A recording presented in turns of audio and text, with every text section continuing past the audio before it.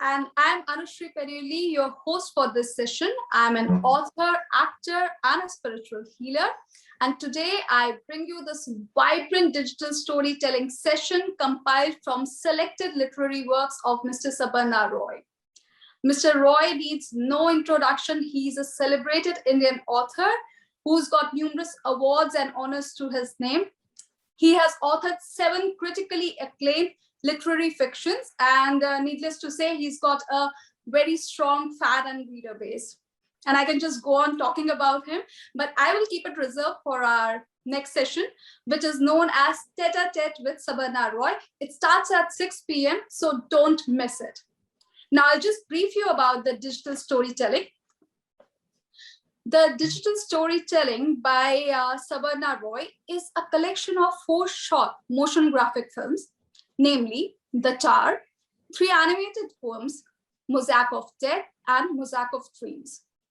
Each of the graphic film comes with background ensemble music and reading of selected works of Mr. Sabarna Roy, with his 4 literary works out of 7. They are Pentacles, Winter Poems, Random Subterranean Mosaic 2012-2018, and Fractured Mosaic. The films are directed and edited by Mr. Abhishek Kundu and produced by Mr. Sabarna Roy, and the pieces have been read out by the author himself. Now, just before we begin with the screening, I would take a moment to thank my Secret Bookshelf, which has sparked this session. My Secret Bookshelf is an online bookstore and they promote Indian authors. They even have their own virtual book club. And the best thing is that right now they are offering 20% discount for all Delhi Book Fair audiences. So just use the code DBF20, all caps, no space. And the offer is valid till September end. Having said that, let's get ready for the wonderful ride to the beautiful world of Mr. Sabarna Roy's stories. Thank you. I would request Mr. Bera to start the storytelling session. Thereafter, we can talk for some time, 5-10 minutes. Yeah. Mr.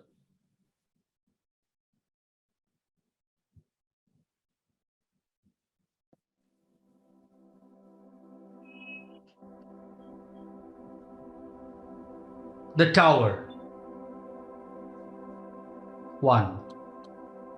The tower where we live is a tall and lonely tower. Standing outside the limits of the city, it reaches into the white tufts of clouds from a huge expanse of land once used for potato farming. This tower, among other towers, has a name. It is popular by its name, Dream Tower. Sometimes I wonder about the dreams of this dream tower. Dreams of its architect, dreams of the masons who worked on it, dreams of the seller, and of the buyers of its apartments, and of the mafia which craftily squeezed the land out of wide-eyed farmers. The tower stands erect like the timeless portal of an arrogant crown. As I walk up its spinal stairwell at nights, pondering over this multitude of dreams, I know these are dreams which still linger in its labyrinths like ghosts. 2. There are times when I stand at the window of my apartment looking at the city where I was born, searching for symbols and patterns that I know exist beneath layers of rising vapor in the air of this city. The smog invariably clouds my vision. Sometimes I catch a glimpse of familiar bridges and a few monuments. Mostly I look at the airplanes taking off and landing incessantly, and the cars that seem to glide on the highway that dives past the distant tower. The farmlands and wetlands around the tower look plundered and ravaged, destroyed by the monstrous man-made construction machinery. giving way to spectacular buildings, deluxe hotels, and shopping malls. I tell a lot of people, not caring to hide the strain of pride in my tone, I live away from the city, amidst greenery and water bodies and clouds. I know this is a lie, yet I prefer saying it. It makes my acquisition look like a prized possession. Soon, the ever-swelling concrete jungle will engulf everything. The nooks and corners, the parks and shady grounds by the lakesides, where I chased solitary, beautiful girls during winter picnics long time ago. 3. I have a friend who is a film critic, progressive, well-read, and talkative on all the matters on earth. I hope you understand what I mean. This guy, after eating a sumptuous meal at my place, summed it up. Sandy, this property makes you look like a man. Men are no longer known for their chivalry or by the charming ways they treat their women. Rather, when we talk of men coming back nowadays, they're actually referring to sedans resembling angry warplanes. My friend's words made me wistful for some time and ponder, was I at all a man enough before taking my place in this tower? 4. My son and daughter have wonderful faces like those fluffy angels in a dream. I have been thinking, can one see such dreams in this tower? My wife, who loves me like a magnificent queen, and is my partner in all the crimes that I have committed till date, was the one who made all the installations in our home. The wood-carved, fine leather upholstered furniture, the ornate lighting, the embroidered carpets, and the stainless steel digitized contraptions to do this and that to perfection.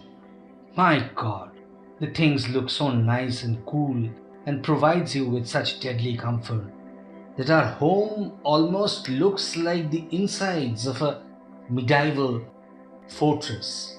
In this cave, at times, floating on strange clouds, we play hide and seek, make fun of each other, quarrel, see horrendous films and listen to rock, and sleep, and eat, and defecate, and party, coming and going, day in and day out. Do we get bored in this tower? There is no definite way to tell you this. Because when we get bored, we skip channels, change our gym routine, my wife orders for new food, we try out avant-garde stuff in films and theatre, read poetry and make love on different beds, and even change drivers and servants.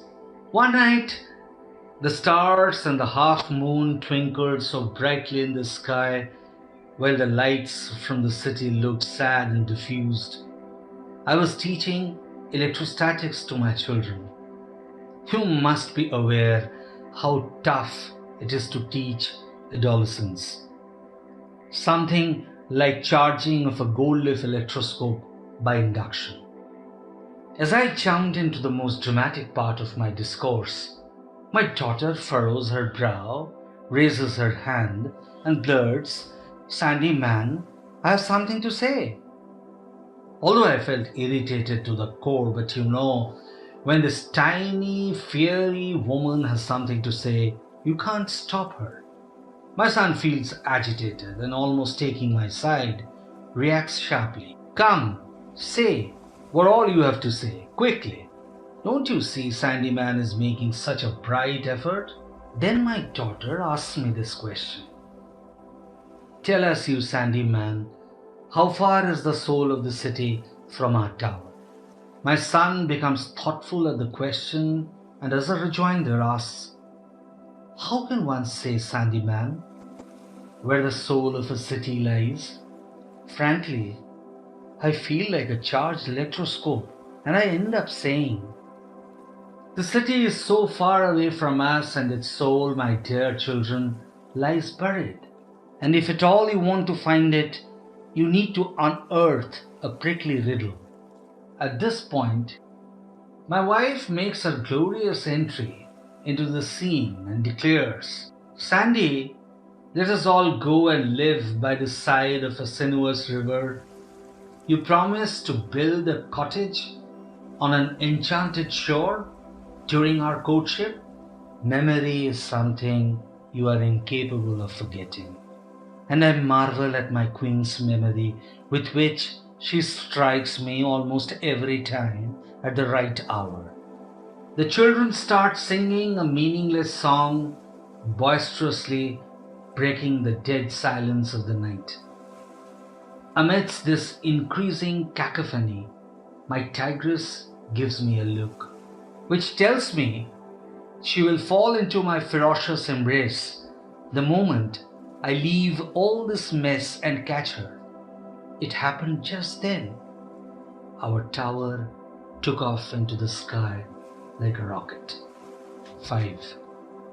When we do not feel like sleeping, which happens many a time, I tell them stories, mostly spooky stories. I told them one a few nights back. I got down from my car, proceeded towards the elevator well in the tower. The tower consists of 2 elevator wells facing each other.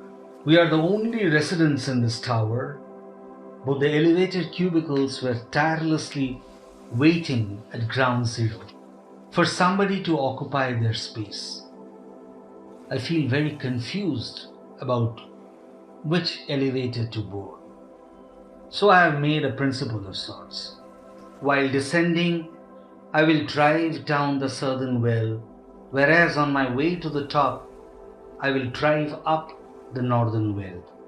I board the northern cubicle, hungry and tired but happy to be back home. The doors of my elevator close, making an unpleasant sound, and I push the button for my floor. My eyes, by fleeting chance, fall on the opposite elevator with doors shut. It looks utterly glum and is melancholically illuminated by its fluorescent lamp.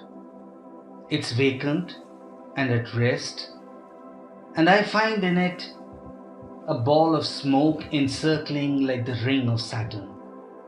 As my elevator kickstarts and rushes upwards, I find the opposite elevator rushing upwards all of a sudden, almost at an equal speed.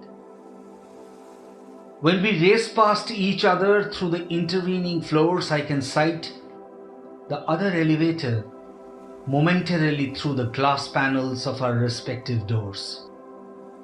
The emerging ball of smoke growing inside its somnolent chamber into something more concrete, which I cannot readily grasp.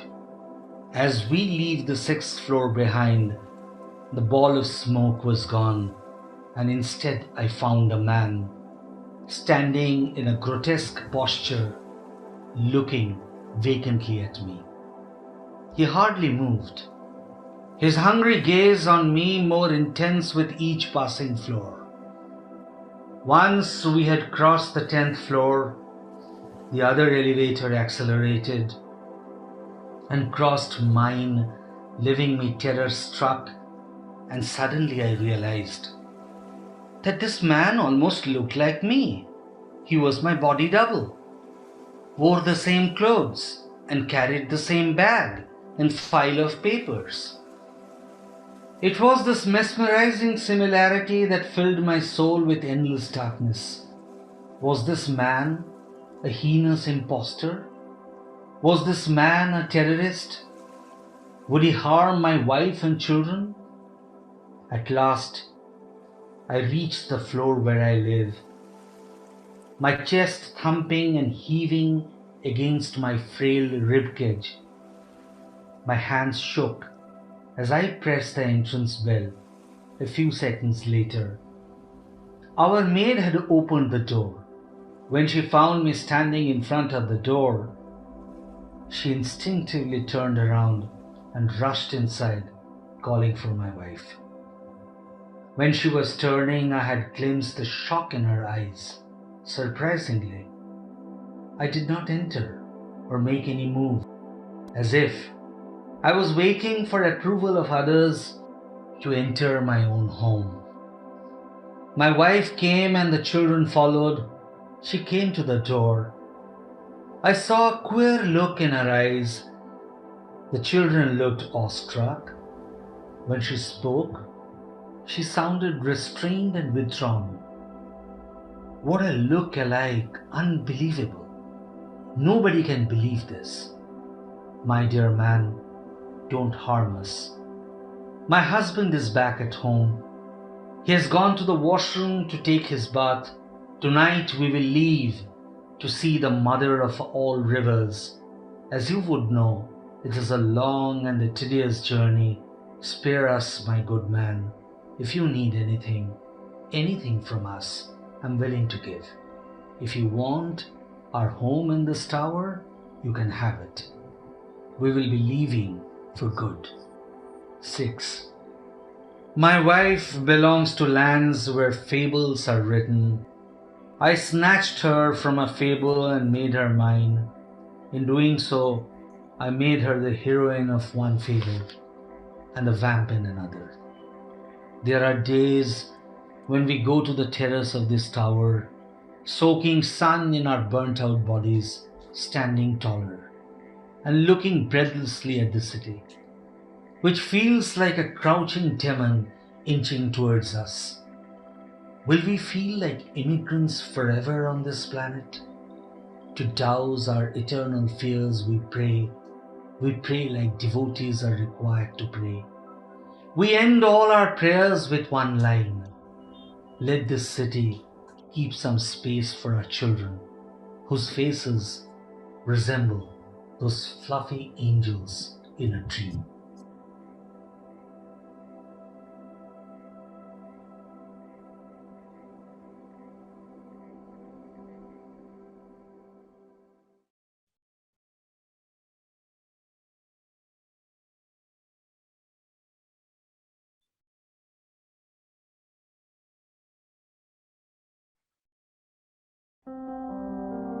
Was I left inside an airless chamber, a vacuum in my intermittent dreams? The chamber was made of glass panels, suffocating and chilling. Outside, I could see flakes of snow floating in midair. I was losing every bit of myself gradually. My alphabets, my words, my sentences, my paragraphs, my stories. I could no longer breathe inside the chamber. My insides were churning, on the verge of a violent vomit. As my eyes closed, I saw my mother, disheveled, running wildly inside the jungle away from me. And then I saw them coming back to me like hurling rockets. My alphabets, my words, my sentences, my paragraphs, my stories, like colorful graffiti on the end wall.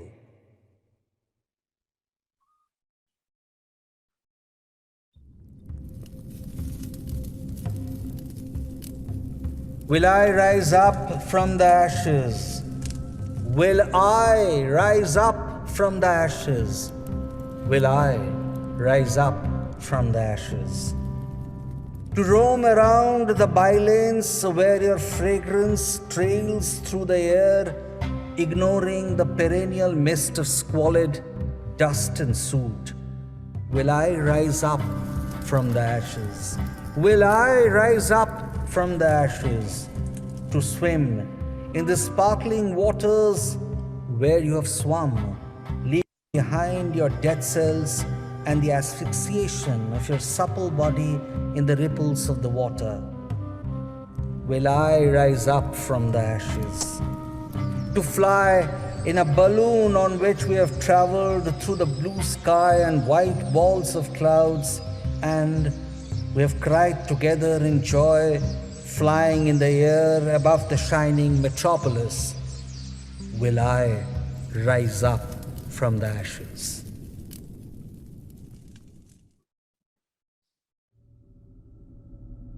Well, the saucer fell from my hands into a sunless well. Somewhere in the distance, I could hear porcelain breaking on jagged rocks, splintering into tiny million pieces. I glanced at my hands.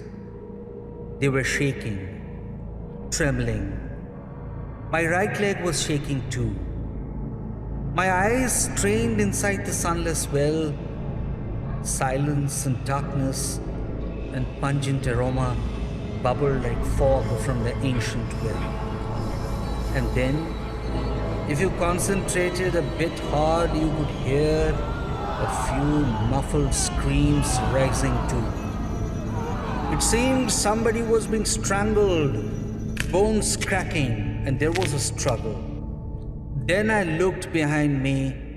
There was a long queue of men and women with asphyxiation written over their faces and trembling saucers in their hands. A moonlight man with a beam of a cane in his hand pointed towards me and announced, "You are next."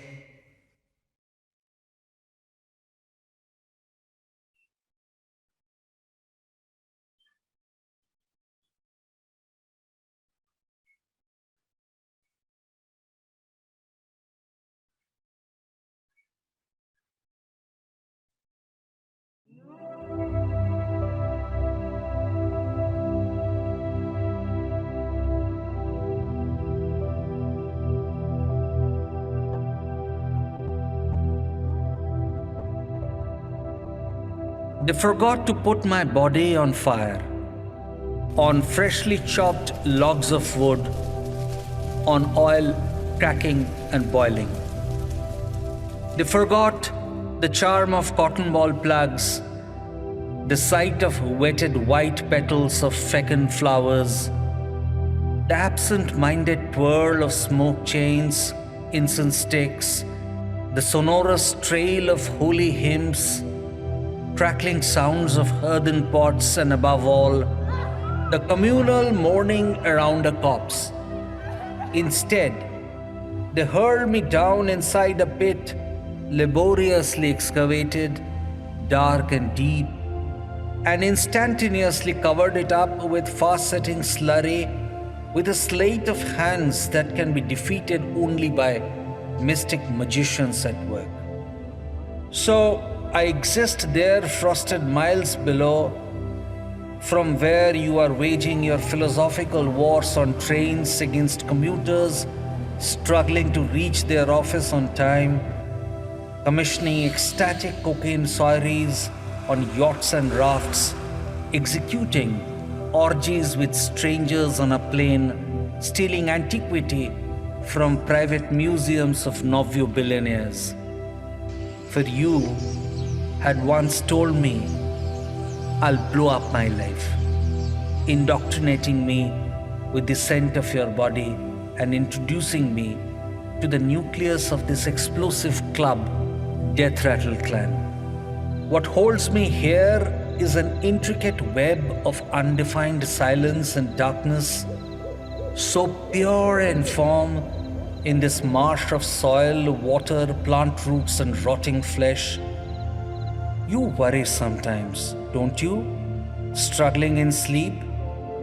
Do I remember your face and touch as I crossed over the perimeter of life? Do I know that your face is one among their faces? Do I remember all their faces as distinctly as I should? Do I remember our plot of blowing up our lives? Might I end up sharing it with a fellow corpse, remembering and forgetting are complex phenomena even otherwise, more so after you have crossed the gate. Sometimes nowadays I will to laugh at our words, words crafted out of beliefs, mostly non-beliefs, yet preached with so much intensity, precision and timing, a way of time passing for all of us at this explosive club, Death Rattle Club.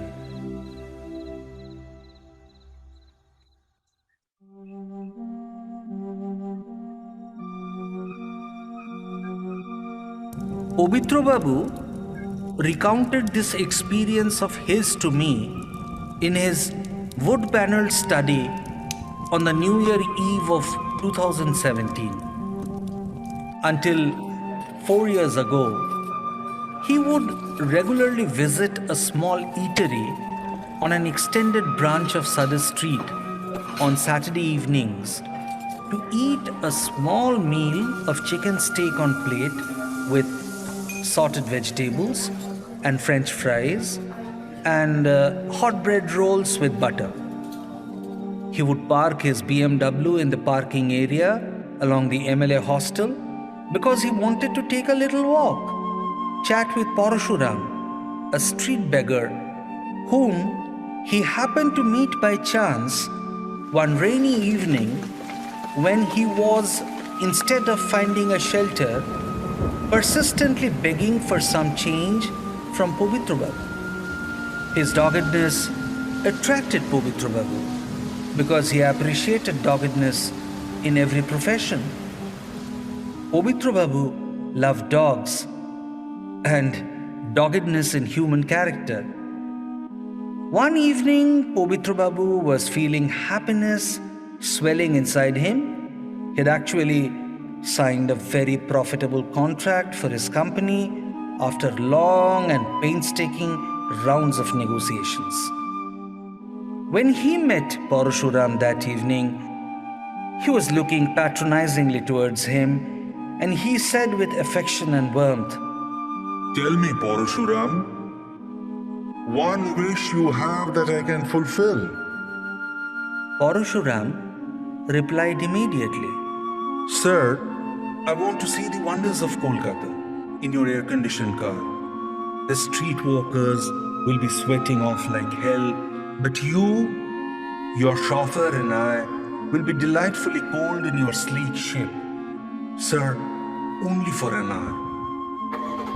So Pavitra Babu, having had his steak, took him around for 2 hours and not 1 hour as was requested by Parashuram, setting the car temperature at 18 degrees Celsius on a very hot and sultry monsoon late evening, watching the delights of National Museum, Victoria Memorial, Racecourse, National Library, Second Hooghly Bridge and Khidarpur Dockyard, well, all from the outside sitting within the chilled confines of Pavitra Babu's BMW. Next Saturday, when Pavitra Babu returned, he did not find Parashuram around. So he inquired about him with the other beggars. They said the wretched old man had died 2 days back on the street coughing blood and reeling under constant fever and throbbing chest pain caused due to pneumonia. Pavitra Babu was thunderstruck and never returned to Southern Street area ever.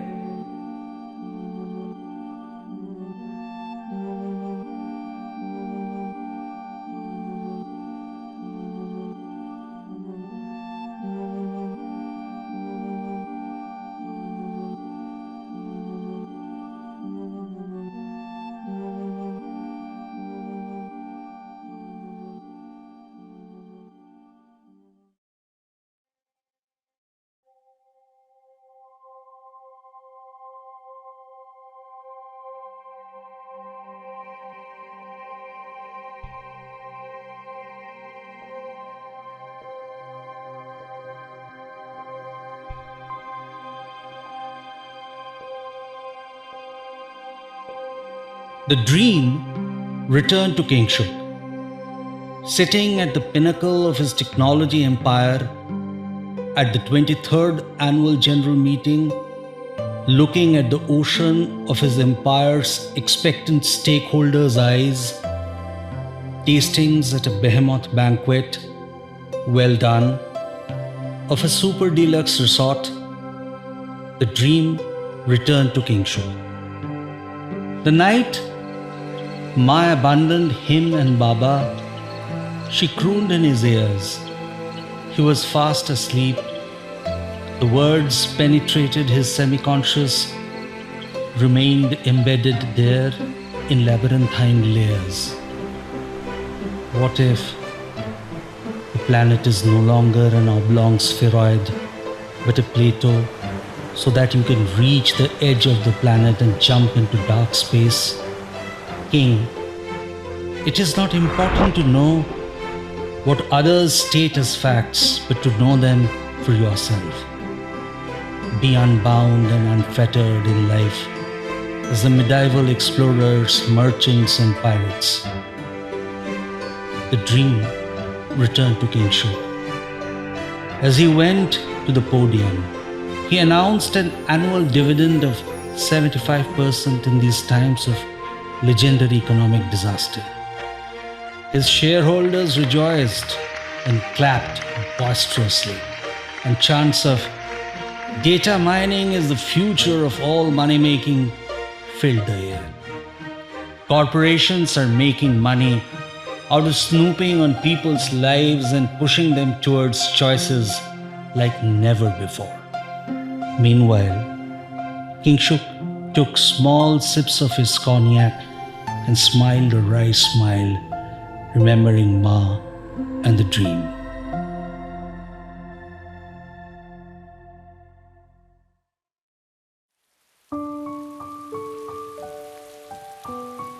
The rains nowadays remind me of the grasslands of childhood.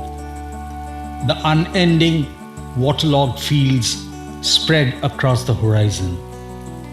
The beauty of naked adolescent boys. Nascent muscular torsos entwined in motion. Pacing and swerving a wretched football against the friction of water and blades of uneven grassy growth, pools of mud, sheets of water falling from the sky, speeding drenched cheetahs as if in a choreographed wild opera in slow motion. The last move, and then a shooting volley inside the goal. Hands thrown up in joy. Applause rocking and roaring as a bolt of massive thunder divides the universe into two teams. One that wins and the other that does not. The drenched cheetahs run again for another goal. Images ravaged by time float through my mind like ancient cinema. Aging is reaching tranquility. Aging is getting plundered by the pain of memories of other worlds.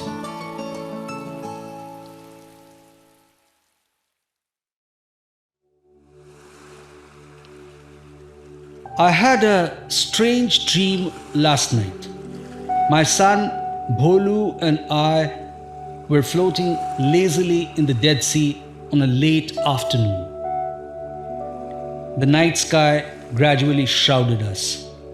Bholu was in a trance, listening to Steven Wilson on his Apple AirPods with his eyes closed. My eyes were focused on the distant mountains. Jerusalem is on this mountain, a holy place of three monotheistic theologies. The lights in Jerusalem glowed like stars as night descended on us. Jerusalem is a mystery in my soul. I told Bholu stories about Jerusalem. He listened to them intently. We showered, changed, and retreated to the adjacent Movenpick resort, where to our dismay they had laid out cold cuts of tuna and salmon with some beetroot salad as a sorry excuse for dinner. Around midnight, we drove to Amman. Driving from damp heat to cool breeze, we went to a Mediterranean nightclub where a medley of Basic Instinct was playing. Young and attractive girls and boys of all nationalities were dancing.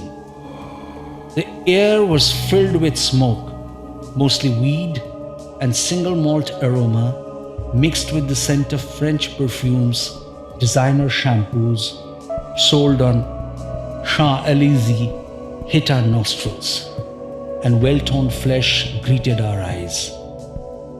After a couple of single malts, we left the club. On the drive back, an Arab informed us an asteroid has hit Costa Verde part of Lima. Thunderstruck, I reacted with horror.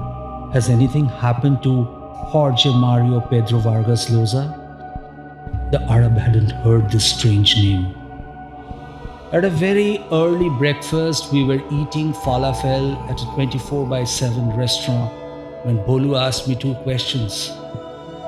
You have been an atheist all your life, yet you are excited about traveling to old theological places. Sarnath, Benares, Jerusalem. Do you miss God in your life? Do writers who affect you become more significant to you than your family? At this point, I woke up.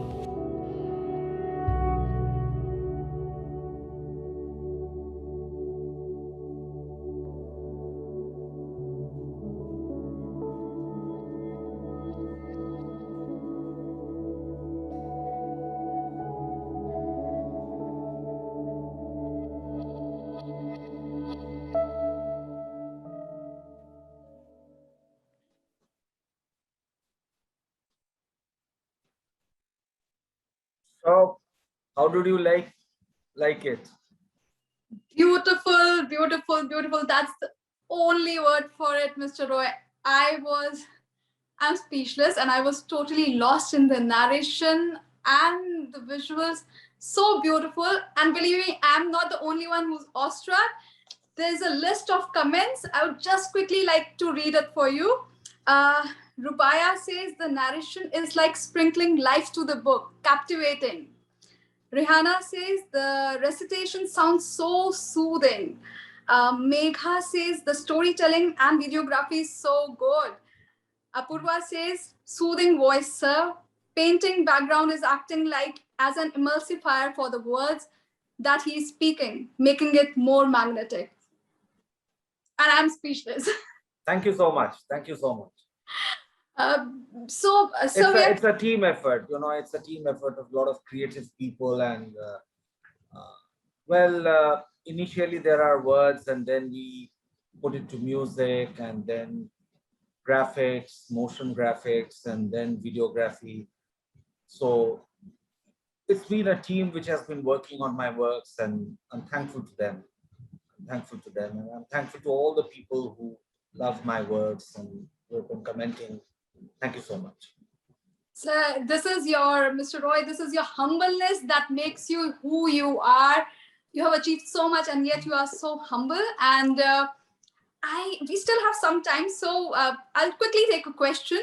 You talk about so many characters. You talk about relations so deeply, mother-daughter relationship, mother-son relationship, father-daughter relationship with God, with the writers you read. You talk about the childhood, the motherland. So I just want to ask, like they say that a book is a reflection of his author. So how much of you in your characters? How much of you in your characters? Well, I don't know. I mean, there must be something inside me that's getting reflected in my works. There's no doubt about that. But I don't realize it on a day-to-day basis. Like if you listen to my today's day program, I was in a Zoom call in the morning, then thereafter I had a conference, and then I drove down to my house, and now I'm in a Zoom meeting. So once again in a Zoom meeting for the Delhi Book Fair. So I don't realize it's a very organic process when I'm coming out with my words, but yeah, there is something must be deep inside my soul and heart which comes out, and a part of me is there in my works. Definitely, definitely, definitely. And I must also say this, that I'm a natural writer. I don't. Uh, I of course plan a lot before writing, but I don't edit my works too much. Whatever comes out in the first instinct or my gut feeling, uh, I keep the aesthetics to that, because of which some of my works are a bit jumbled up, a bit intriguing, bit complex, but there is a naturalness to it. Yes, I would say that, yeah, I have always said that I'm a natural writer, and there must be something in my soul and heart which comes out naturally in my works. Yes, sir, definitely you are a natural writer, and the words come out from your heart. That's why they reach your reader's heart. I was definitely touched by it. I could remember many of my memories from it. And I know we are just running short of time, so I'll just tell everyone, please join our next session at 6 p.m. And there's a lot we are going to talk to Mr. Roy. And just before we conclude this session, I would like to tell all of you that if you want to know more about Mr. Roy and his books, just visit his website, which is www.sabarnaroy.com. You can even visit his YouTube, subscribe to his YouTube channel, which goes by the name of author Sabarna Roy. And in case you are interested in books, joining a virtual book club, then follow My Secret Bookshelf, their Instagram page. It goes by the same name, and their website is www.mysecretbookshelf.co.in. And in case you want to connect with me and want to know more about my book, Sunrise Beyond the Dead End, then connect to me on my Facebook page, author Anushree Painuly.